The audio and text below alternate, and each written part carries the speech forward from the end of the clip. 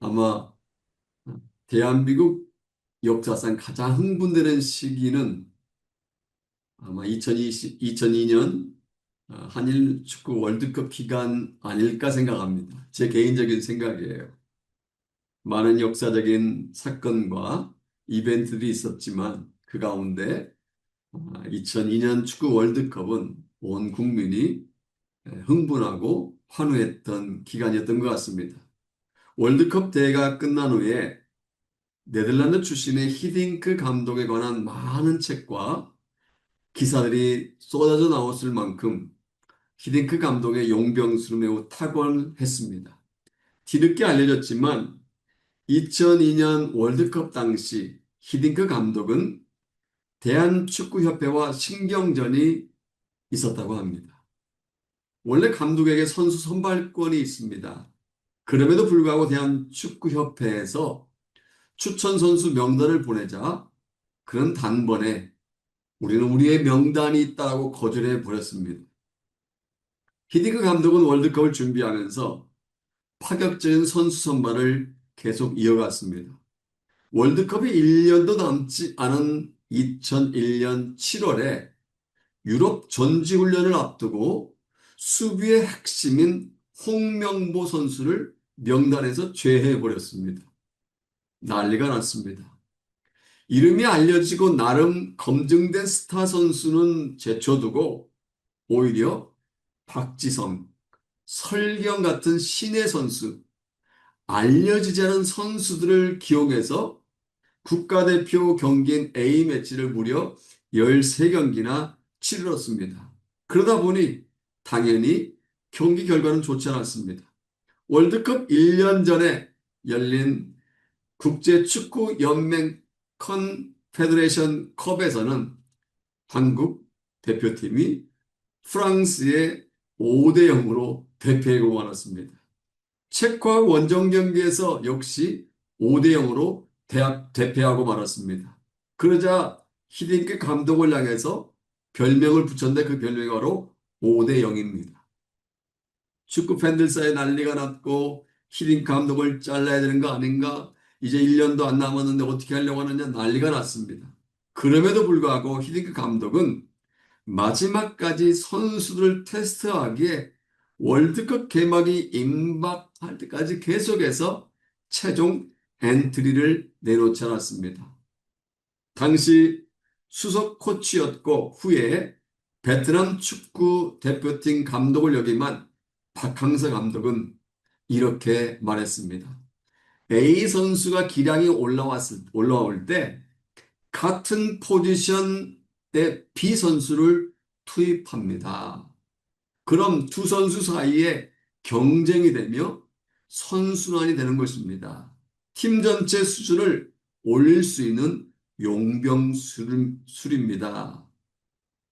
보통 일반 감독들은요, 최정예 멤버 11명을 철제 훈련시켜서 톱니바퀴 돌아가듯이 그렇게 한 후에 경기에 나가는데 히딩크 감독은 오히려 후보들, 새로운 신예를 계속 교체하면서 서로 경쟁을 시켰다는 것입니다.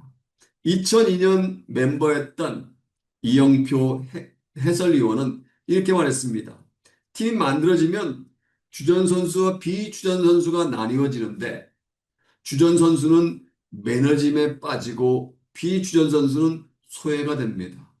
선수들에게 계속 희망의 동기부여를 갖게 만드는 게 감독의 리더십이고 이를 얼마나 길게 끌고 갈 수 있느냐가 명장과 평범한 감독을 가르는 기준이 됩니다. 결국 우리가 알다시피 2002년 축구 월드컵은 박지성, 이천수, 설기현, 차두리 같은 신예로부터 홍명보나 황선홍 같은 베테랑까지 모든 선수들이 똘똘 뭉쳐 사력을 다해서 4강 신화를 이룰 수 있었고 그 후에 박지성이나 설기현, 이영표 같은 젊은 선수들은 유럽 무대에 진출해서 우리 선수들의 유럽 진출의 물꼬를 트는 계기를 만들었습니다. 일반적으로 스포츠 감독들은 선수를 선발할 때 주전 선수뿐만 아니라 예비로 후보 선수까지도 미리 선발합니다. 선발한 선수에게 혹시 부상이 생긴다든지 컨디션 저하 문제가 생기면 후보군에 있는 비주전 선수로 대체해서 경기를 꾸려갑니다. 그런데 여러분, 하나님께서도 이와 유사한 방법을 사용하신다는 것을 아십니까?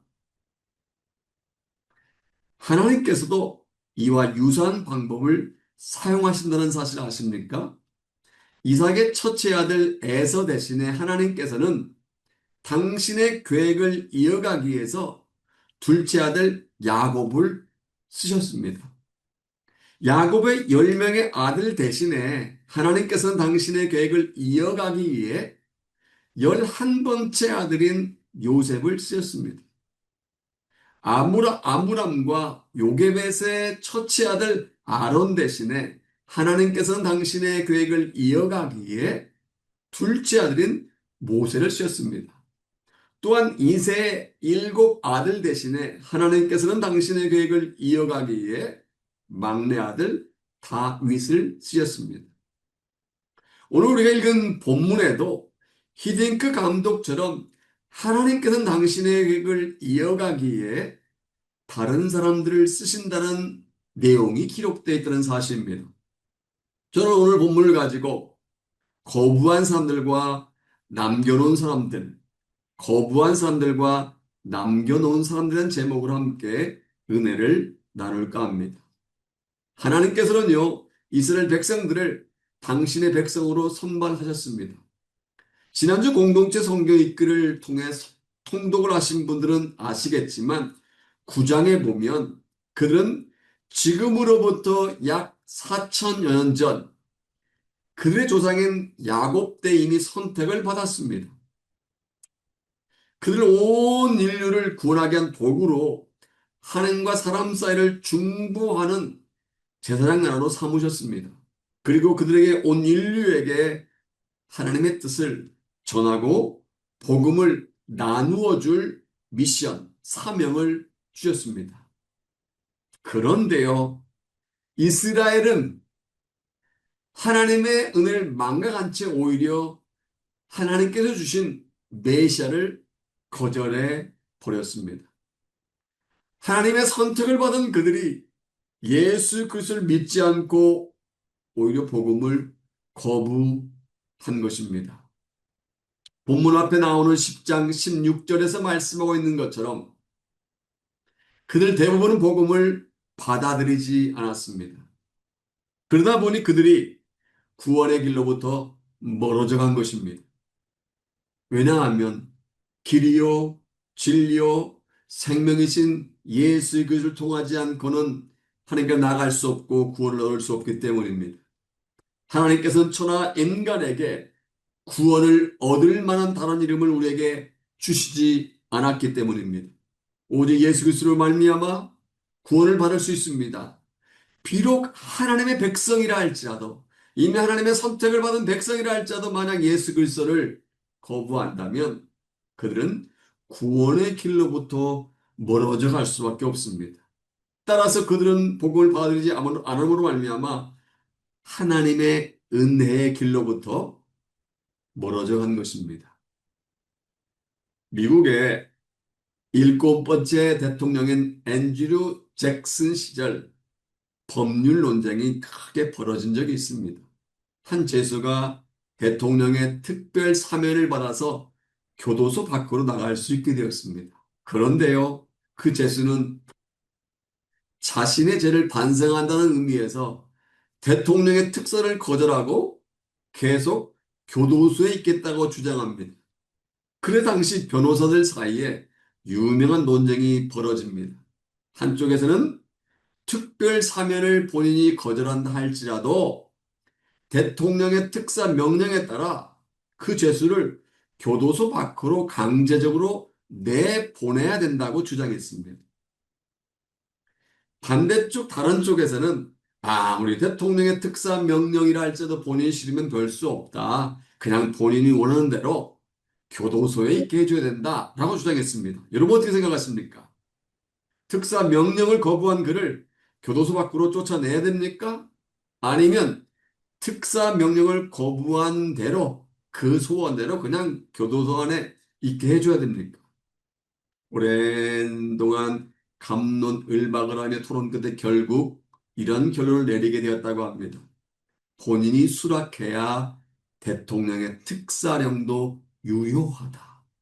그래서 그 죄수는 본인이 원하는 대로 계속해서 교도소에 있게 해야 한다. 이스라엘 백성들은요, 특별하게 선택받은 백성으로서 특별 사면을 받은 죄수처럼 하나님의 은혜를 먼저 받을 수가 있었습니다. 하지만 그들은 그 하나님의 은혜를 거부해 버린 것입니다. 십자가의 구원의 은혜를 받아들이지 않았던 것입니다. 그래서 그들이 은혜의 길로부터, 구원의 길로부터 멀어져 간 것입니다. 그러면 이렇게 질문하실 분도 계실 것입니다. 목사님, 복음을 받아들이지 않은 그들이 이제 종친거 아닙니까? 그 예수님을 믿지 않는 것을 보니 하나님께 택하신 당신의 백성을 버리신 거 아닙니까? 결론은 하나님이 그들 버리신 거 아닙니까?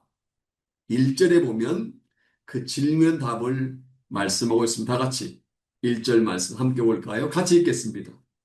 그러므로 내가 말하노니 하나님이 자기 백성을 버리셨느냐? 그럴 수 없느니라. 나도 이스라엘이요 아브라함의 씨에서 난 자요 베냐민의 지파라. 사도 바울은 그렇지 않다고 분명히 대답합니다. 하나님이 자기 백성을 버리셨느냐? 그럴 수 없느니라. 그럴 수 없다고 대답합니다.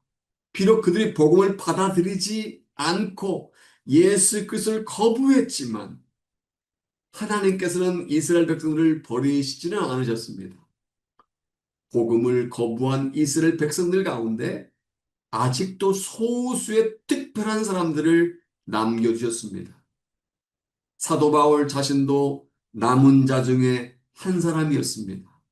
1절 하반절에서 말씀한 것처럼 혈통으로 보면 그는 아브라함의 후손이었습니다.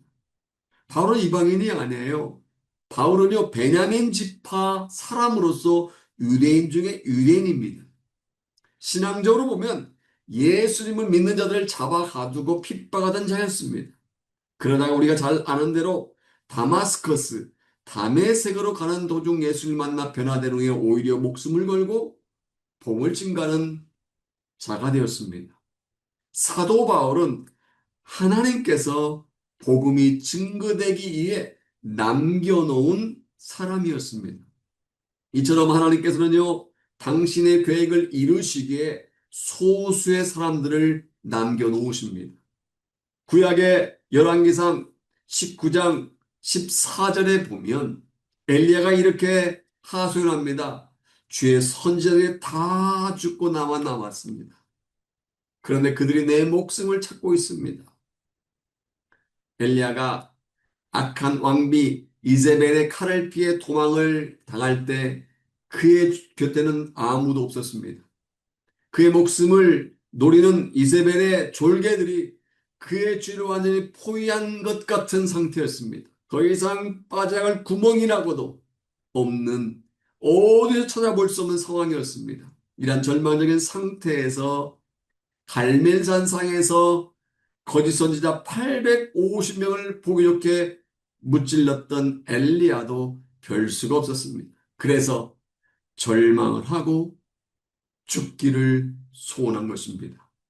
그때 하나님께서 엘리야에게 매우 중요한 말씀을 하셨습니다. 다 같이 본문 4절을 볼까요? 같이 읽겠습니다. 그에 하신 대답이 무엇이냐? 내가 나를 위하여 바울에게 무릎을 꿇지 아니한 사람 7천 명을 남겨두었다 하였으니 이것을 쉽게 하면 이렇게 말할 수 있습니다. 사랑하는 엘리야야, 걱정하지 말아라. 너를 위하여 거짓 우상 바알에게 무릎을 꿇지 아니한 7천 명을 남겨놓았느니라. 할렐루야. 이것이 하나님의 작전이요 하나님의 특별한 방법인 것입니다. 저의 30년 지나간 동안의 목회 기간을 돌아보면 엘리야처럼 정말 죽기를 소원했던 적이 있었습니다. 목사 안수를 받은 지 얼마 안 된 상태에서 새로운 교회에 부임한 지 1년 반 정도밖에 되지 않은 상태에서 목회가 그렇게 힘들구나는 걸 처음으로 느꼈습니다. 기뻐서 행복하게 목회를 하고 있었는데 교인의 4분의 1이 갑자기 전에 있었던 부교육자를 따라 다른 교회로 옮겨지면서 교회가 어려움이 있었을 때였습니다. 그땐 정말 죽고 싶을 정도였습니다. 아예 자살해도 천국에 갈 수 있다는 보장만 있었다면 아마 저는 자살했을지도 모릅니다. 아무도 주위에 없는 것 같이 느꼈고 말씀이 주어지지 않았습니다. 심령이 컬컬해서 미칠 것만 같았습니다. 저 얼굴에서 웃음이 떠나버렸습니다. 강단에서 좀 웃어야 되는데 웃음이 도대체 나오지 않았습니다. 집안에 고요한 정막이 감돌았습니다. 더 이상 버틸 힘도 없었습니다. 그래서 저는 매일 새벽에 하나님께 때를 썼습니다.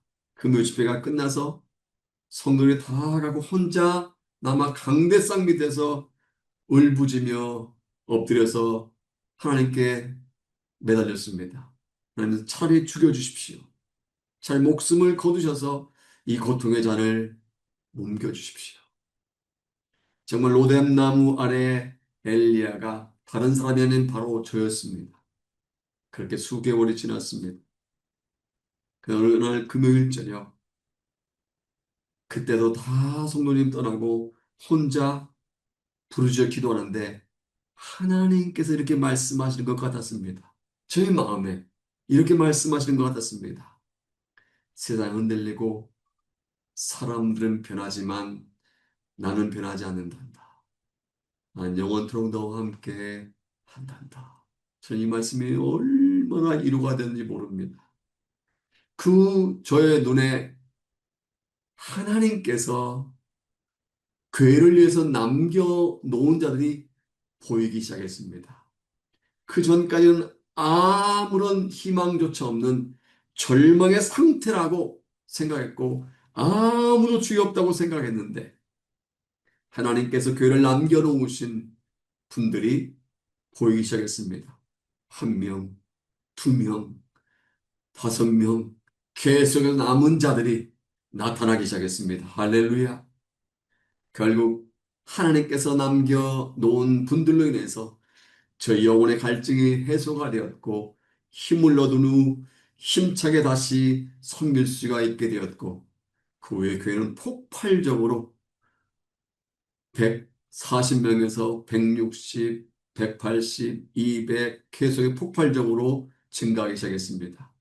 사랑하는 여러분, 모든 사람이 다 떠나 혼자 남았다고 생각하십니까? 내 주위에 아무도 도와줄 사람이 없다고 절망하고 있습니까? 걱정하지 마십시오.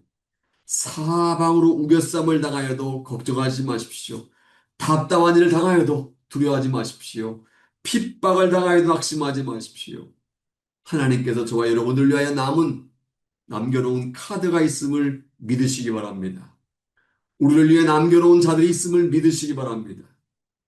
하나님께서는요, 결정적인 순간에 그 카드를 사용하십니다. 결정적인 순간에 그 남은 자들을 통해서 역사하십니다. 믿으십니까? 이렇게 고백하며 인사했으면 좋겠습니다. 걱정하지 마십시오. 당신을 위해 돕기에 남은 자가 있습니다. 당신을 위해 돕기에 남은 자가 있습니다. 저는 오늘 본문 4절을 묵상하면서 매우 중요한 단어 두 개를 발견했습니다. 다시 한번 4절을 읽어볼까요? 같이 읽겠습니다. 그에게 하신 대답이 무엇이냐? 내가 나를 위하여 바울에게 무릎을 꿇지 아니한 사람 7천 명을 남겨두었다 하셨으니 보통 이 말씀을 읽을 때 사람들은 7천 명에게 초점을 맞춥니다. 그런데 이 말씀의 중요한 것은 7천 명이 아니라 주어와 목적어입니다. 누가 누구를 위하여 바울에게 무릎을 꿇지 아니한 7천 명을 남겨두었다고 합니까? 내가 나를 위하여 그렇게 했다고 합니다. 지금 하나님께서 엘리야에게 하시는 말씀이기 때문에 주어는 엘리야가 아니라 하나님입니다. 그러니까 한마디로 정리하면 이렇습니다. 하나님께서 당신을 위하여 바알에게 무릎을 꿇지 않은 7천 명을 남겨놓았다는 것입니다. 이해가 되십니까? 다시 정리하면요. 하나님께서 하나님을 위해서 일할 엘리야 곁에 무릎을 꿇지 아니한 7천 명을 남겨놓았다는 것입니다. 할렐루야. 성경을 보면 하나님께서 당신의 뜻을 이루기 위하여 때마다 시마다 소수의 삶을 남겨놓습니다. 하나님께는 대단히 군대보다 소수 정예부들을 활용하시는 것을 좋아하십니다. 하나님께 당신의 계획을 이루어 가시기 위해서 요셉을 통해 70명의 가족을 기근으로부터 구원해 주었습니다. 또한 당신의 뜻을 성취하기 위해 모세와 아론 그리고 여호수아를 통해서 200만 명 이상의 이스라엘 백성을 가나안 땅으로 인도해 가셨습니다. 기드온과 300명의 용사를 통해서 메뚜기처럼 중단 미디안과 아말렉 연합군을 무찌르게 했습니다. 바울을 통해서 복음이 유럽으로 전파되게 하셨고 마르틴 루터를 통해서 종교개혁을 시작하게 하셨습니다. 이게 하나님께 남겨놓은 사람들입니다. 아펜젤러 선교사와 언더우드 선교사를 통해서 조선 땅에 복음이 들어오게 하셨습니다. 바로 이들이 하나님께서 인류 구원을 위해서 준비해 놓으신 바로 렘넌트, 남은 자들입니다. 하나님께서는요, 남은 자를 통해서 당신의 교회를 이루어 가십니다. 특별히 소수의 남은 자를 통해서 일하시 그를 통해서 구원하십니다. 하나님께서 우리가 이뻐서가 아니라 하나님 당신을 위해서 우리 곁에 남은 자들을 붙여주신다는 것입니다. 그렇다면 오늘 하나님께서 누구를 남겨놓으셨을까요? 다시 말해서 누가 남은 자일까요? 5절에서 그 질문에 대한 답을 말씀하고 있습니다. 우리 다 같이 5절 말씀 읽어볼까요? 같이 읽겠습니다. 그런즉 이와 같이 지금도 은혜로 택하심을 따라 남은 자가 있느니라. 여기에서 눈여겨볼 말씀은요. 은혜로 택하심을 따라 남은 자라는 부분입니다. 쉽게 말하면 하나님께 은혜를 받은 사람이 바로 남은 자다 이 말입니다. 그러면 은혜를 받은 자가 누구를 가리킬까요? 바로 저와 여러분들을 가리킵니다. 그러니까 은혜로 택하심을 받은 우리가 믿는 우리가 바로 남은 자들이라는 것입니다. 우리가 은혜를 받은 자들이요. 또한 하나님의 인류 구원 작전을 위해서 하나님 당신을 위해서 준비시켜 놓은 남은 자들이라는 것입니다. 반면에 은혜를 받지 못한 자들은 누구를 가리킬까요? 7절에서 그 답을 말씀하고 있습니다. 다 같이 7절 읽겠습니다. 그런즉 어떠하냐? 이스라엘을 구하는 그것을 얻지 못하고 오직 택하심을 입은 자가 얻었고 그 남은 자들은 우둔하여졌느니라. 여기서 남은 자들이란 앞에서 말하는 의미의 남은 자가 아닙니다. 여기서는 하나님의 택한 자들 제외한 나머지를 가리킵니다. 즉 은혜를 받지 못한 사람들을 가리킵니다. 그는 마치 손에 굳은 살이 박힌 것처럼 마음에 굳은 살이 박혀서 아무리 귀한 말씀과 복음을 들려주어도 반응을 하지 않습니다. 아무리 기도를 해주어도 전혀 요동이 없습니다. 8절과 9절 말씀을 보면 그 말씀을 보면서도 깨닫지를 못합니다. 말씀을 들으면서도 귀에 새기지를 못합니다. 찬양을 수없이 들어도 감동이 없습니다. 그런 밥상 즉 육적인 것에만 관심을 씁니다. 물론 세상에 살려면 우리가 밥상이 필요합니다. 육적인 것이 필요합니다. 밥을 먹어야 살 수 있습니다. 문제는 영적인 것에는 관심을 두지 않고 밤낮 없이 밥상만 찾는 사람은 그 밥상에 덫이 될 수 있다는 사실입니다.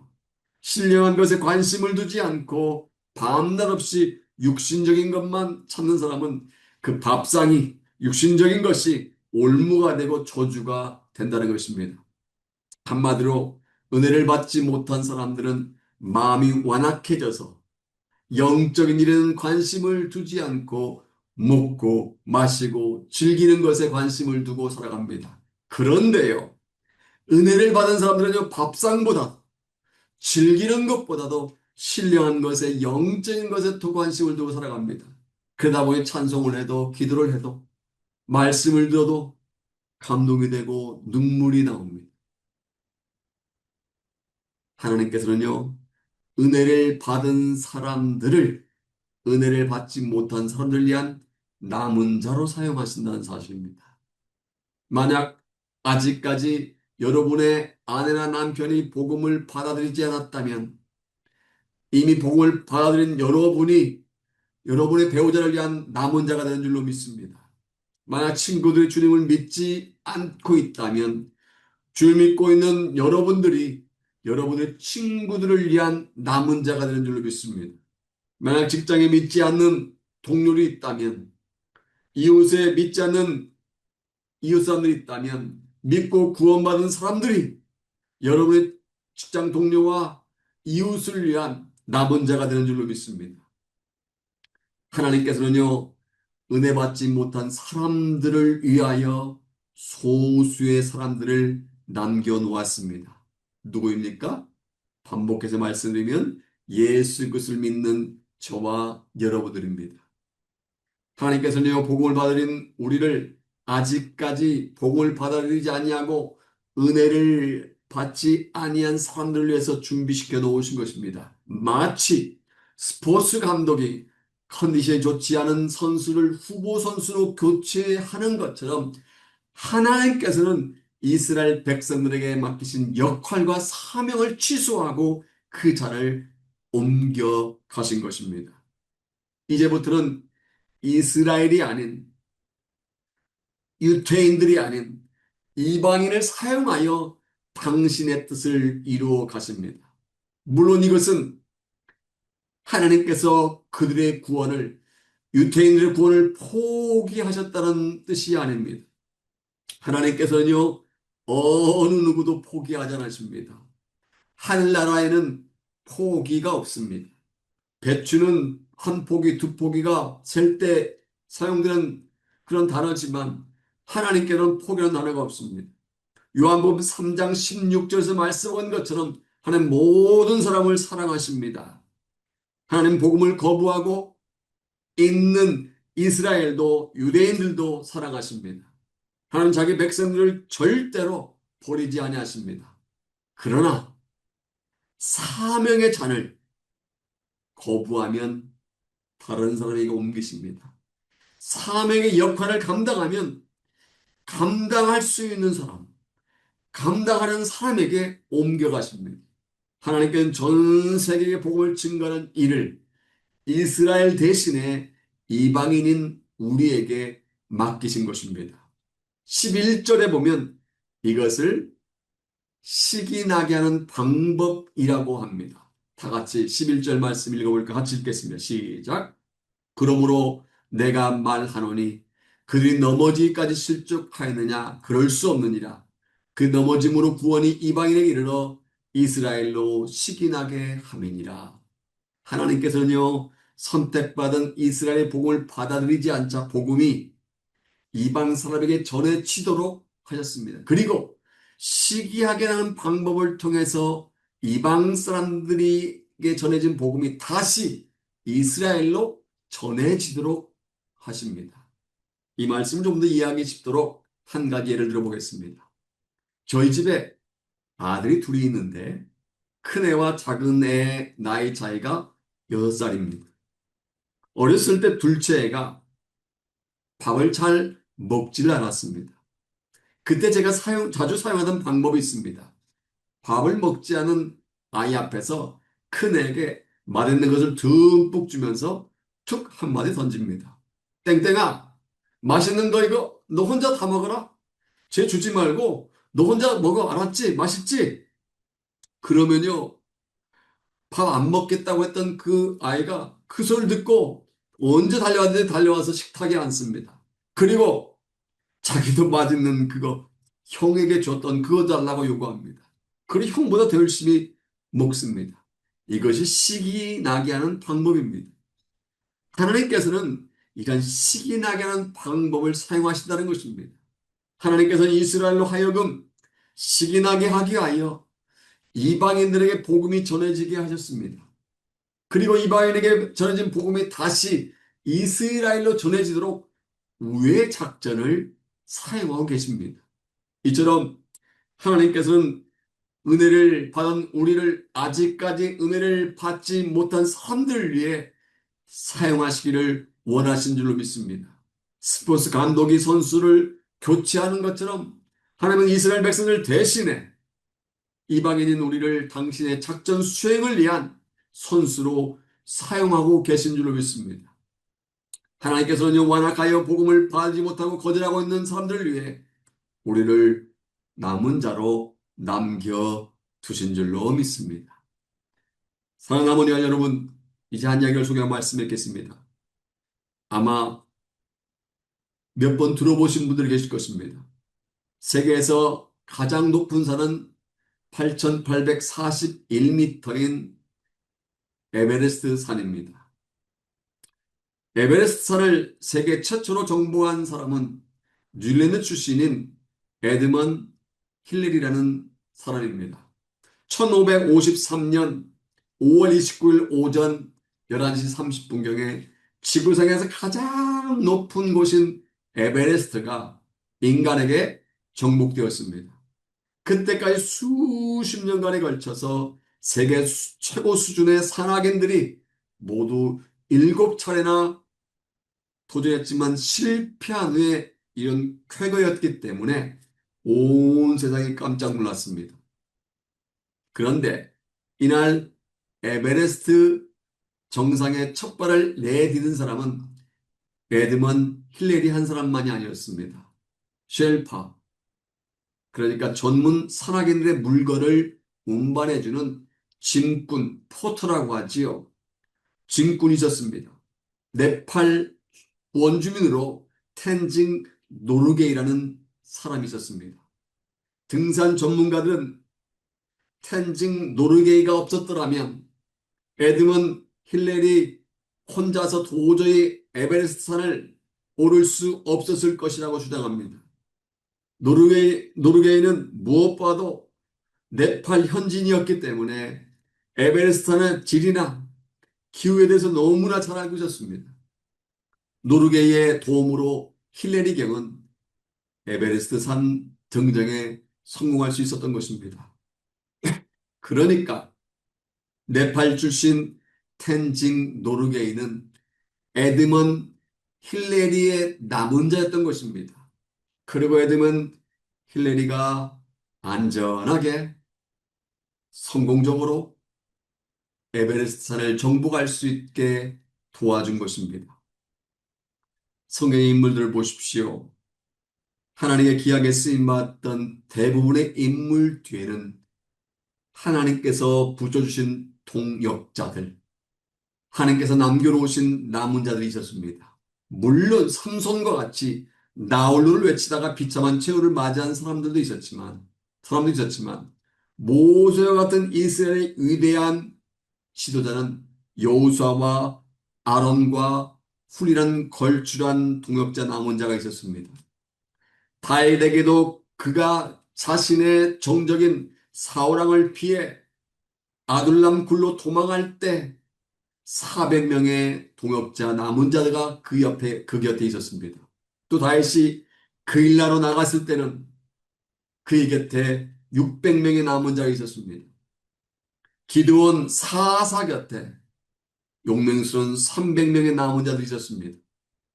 그 사람들이 다 하나님께 붙여주신 남은 자들이었습니다. 하나님께서 모세가 출애굽의 사명을 감당할 수 있도록 모세에게 아론과 홀을 남은 자로 붙여주신 것입니다. 사울왕을 피해 도망다니는 다윗에게 당시의 사명을 감당한 자리로 나갈 수 있도록 600명을 400명을 남은 자로 붙여주신 것입니다.